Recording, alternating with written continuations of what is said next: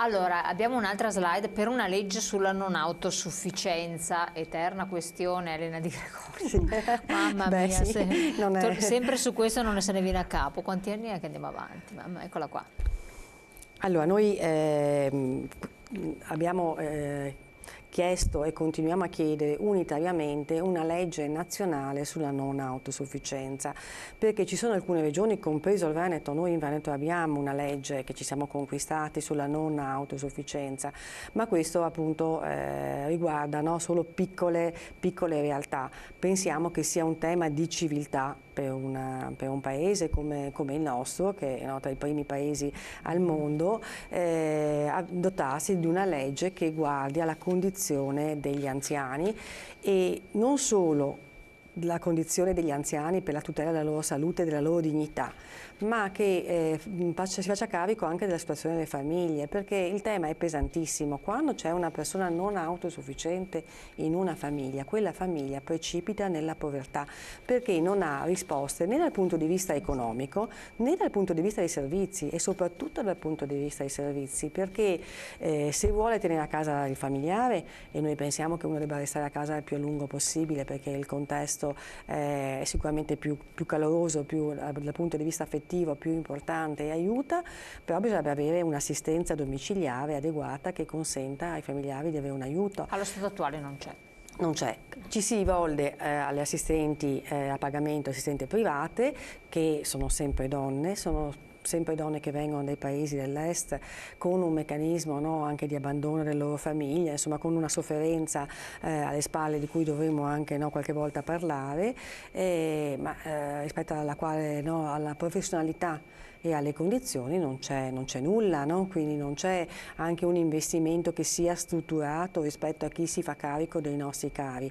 Poi magari abbiamo, no, la contraddizione che siamo contro l'arrivo degli immigrati, però poi accettiamo che ci siano queste persone che sono comunque straniere e li affidiamo ai nostri cari, no? Quindi anche qui una riflessione dovremmo farla. Ma una legge sulla non autosufficienza deve farsi carico appunto delle condizioni complessive, capire che tipo di assistenza dare. Se io voglio ricoverare perché non ho le condizioni familiari di tenerlo a casa, o le condizioni di gravità sono tali, devo avere delle strutture pubbliche che siano in grado di accogliere l'anziano e che sia assistito sia dal punto di vista sociale che sanitario, e devo avere un'assistenza domiciliare quando ho la persona a casa, devo avere anche un sostegno economico per le spese che sono chiamate a sostenere.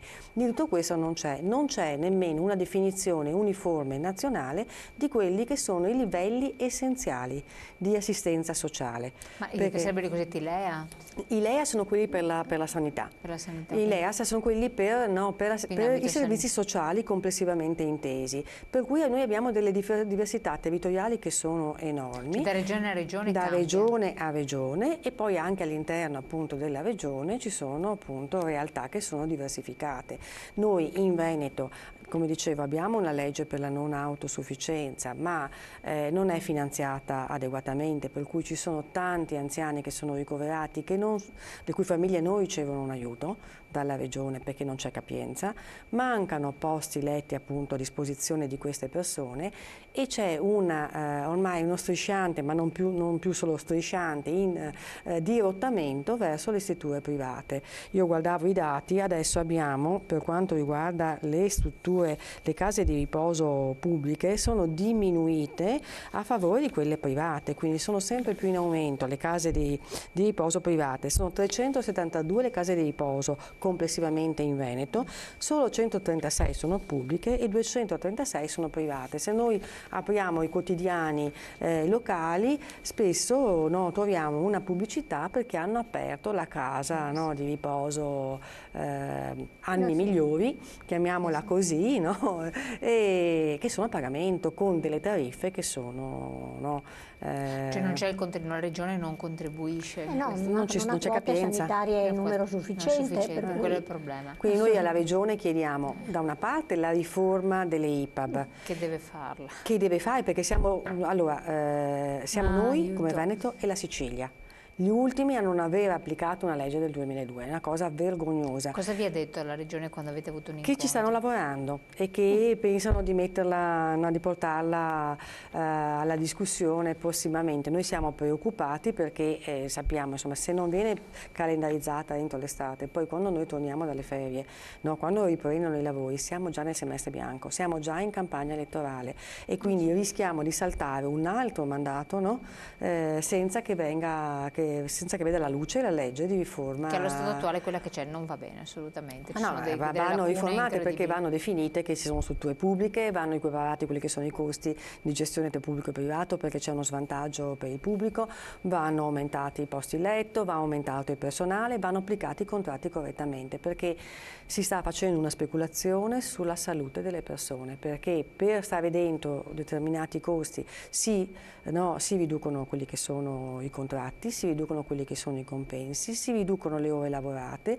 si riduce la qualità dell'assistenza. Noi non siamo dei pacchi a perdere, quando un anziano viene ricoverato ha bisogno di tante cose, oltre che della cura immediata, ha bisogno anche di un contesto che sia positivo, nel quale possa vivere e sviluppare, non è una persona se no alla fine solo chi può permetterselo abbandonata a se stessa, no? Questo è quello che purtroppo accade se le ore a disposizione per il servizio infermieristico sono ridotte al minimo, per cui non gli danno neanche da mangiare perché non possono farlo, non hanno il tempo per farlo, perché ci sono altre priorità e la famiglia non ce la fa starci dietro. Quindi noi abbiamo anziani che hanno paura di invecchiare ed è una cosa gravissima questo, perché siamo un paese che sta invecchiando e dovrebbe essere un elemento di qualità perché significa che la qualità della vita è migliore, esatto. ma avere paura del proprio futuro perché non si ha la consapevolezza di potersi permettere le cure e non si vuole pesare sui figli perché magari hanno già i loro problemi arrivare a fine mese, angoscia. Mentre noi pensiamo che sia un diritto di civiltà, anche perché la generazione degli anziani è quella che ha costruito questo paese. Abbiamo dato tanto e pensiamo che sia giusto che proprio in termini di diritti e di civiltà venga riconosciuta questo contributo. E come si fa a vivere in una società che abbandona i propri vecchi? No, non lo fanno molte altre culture, noi siamo una cultura occidentale evoluta, ma non abbiamo cura delle nostre persone anziane e diventa un problema. Perché non si guarda in proiezione, quindi né per i giovani né per gli anziani, perché non si guarda. È un paese che vive nella quotidiana campagna elettorale. La politica purtroppo non si assume la responsabilità di costruire una proposta per il futuro del paese. Lo vediamo questo balletto vergognoso di litigio apparente per lucrare su qualche consenso elettorale, ma di mezzo c'è la pelle delle nostre persone. Con paghe precarie da qualche centinaio di euro è stata fatta passare la voglia di lavorare anche ai giovani che sanno di non poter combinare niente nella vita prima ancora di iniziare a vivere. E questo certo. è un altro problema, che quando guadagni troppo poco questi lavori appunto assolutamente precari, queste false partite IVA, no? Questi lavori che non sono lavori. No? Infatti, l'ultima cosa che, visto che il tempo vola, per il diritto a curarsi, c'è un'altra slide, possiamo parlare appunto accennavamo il sociale, l'aspetto sanitario, il fondo di autosufficienza legato anche alla sanità. Allora, è aumentato il numero delle persone che hanno rinunciato a curarsi, questo l'avevamo anche rimarcato. Il Servizio Sanitario Nazionale deve essere adeguatamente finanziato, un altro aspetto importantissimo. Certo. Bisogna superare le liste d'attesa e abolire i ticket, questo è un altro problema, un eterno dilemma. Sì, anche questo è sempre un punto che abbiamo nelle nostre piattaforme ormai che siamo anche stanchi, no? Quasi di Però se ne doveva parlare di però continuano. Allora, nonostante ci siano anche state, non so, l'applicazione delle classi di priorità per quanto riguarda le liste d'attesa, no? E continuano a esserci dei ritardi e delle non risposte e aumenta sempre di più il numero di anziani e non solo che sono costretti a rivolgersi al privato per curarsi. Che poi alla fine tra privato e pubblico viene ad essere... E poi appunto quando noi chiediamo l'abolizione del ticket è anche perché poi col super ticket e quant'altro Assolutamente diventa più conveniente rivolgersi al privato. È una concorrenza sleale, diventa. Assolutamente, soprattutto per gli esami di sangue. Ma come fa uno Stato a permettere una concorrenza del genere? C'è connivenza? No, assolutamente. I problemi del paese si risolvono con buste paga e pensioni serie, non al di sotto della soglia di sopravvivenza. Questo è un altro problema. Sì. E poi, come accennava, ne parlavamo prima fuori onda, bisogna investire nella medicina del territorio, nelle cure intermedie e nella domiciliarità. Medicina del territorio, diciamo, perché dopo la lungodegenza viene meno. Sì, nel senso che vengono meno le lungodegenze, ma non sono rimpiazzate da un numero adeguato di servizi territoriali in cui veramente l'anziano che torna o la persona, insomma, che ha avuto un ricovero con una fase acuta molto, molto pesante, non ha le risposte adeguate per affrontare tante volte una convalescenza lunga, no? Una convalescenza che non è una passeggiata, insomma. E quindi ospedali di comunità che rimangono sulla carta ma non vengono attivati, addirittura prima potevano entrare nella rete dei servizi territoriali dentro le case di riposo, questa era una prospettiva e adesso non c'è. Non c'è, o l'ipotesi di farli dentro all'ospedale, quindi da una parte chiudi le lungodegenze e poi cos'è che fai? Certo, però c'è sempre il rischio, perché ormai sono anni che andiamo avanti così, che scriviamo tante belle cose ma poi tutto resta sulla carta.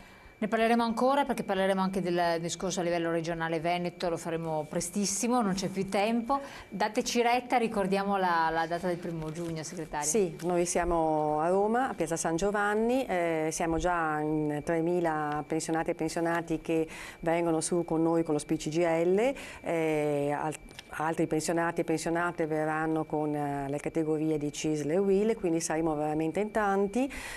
Chi vuole unirsi alla nostra mobilitazione, contatti le nostre sedi. Credo che sia proprio necessario, c'è tanta voglia di dare voce a una popolazione che reclama diritti e una prospettiva futura per sé e per le future generazioni. Questo è il nostro impegno e per questo saremo in piazza. Grazie mille, buon lavoro, un periodo molto intenso di lavoro, di preparazione anche a queste giornate e non soltanto. Vi terremo come sempre aggiornati, voi continuate a scriverci e rivolgetevi alle sedi dello SPCGL per far controllare anche la vostra pensione, che continuano le attività di controllo e di accertamenti sulle situazioni che non sono ben chiare, ben definite. Grazie ancora, buon proseguimento, alla prossima settimana.